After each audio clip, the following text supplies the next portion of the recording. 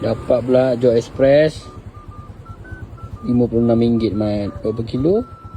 50 kilo. Jarang-jarang dapat. Layan. Selagi boleh jilat, kita jilat. Senang dapat order macam ni. Sekejap lagi balik kosong. Memang naya kita.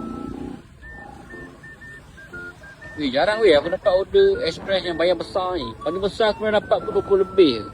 RM25, RM26. Ini first time ni bayar RM56. 50 kilo. Jalanan kan. Lagi balik kita tembak balik ni kan. Balik Kepong. Kepong ke. Balik KL janji tembak balik KL.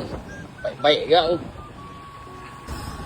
Paling besar kan. Kau dapat kan job express kan berapa ringgit? RM1 paling besar lah job express. Aku rasa ni paling besar yang aku pernah dapat lah. RM56. Ini paling besar. Macam korang berapa? Jadi kalau hantar jauh tak ada masalah tau. Dia masalah kan sebab hujan. Cuaca hujan. Yalah licin. Lori banyak kan. Aku risau tu ke. Lori ni je.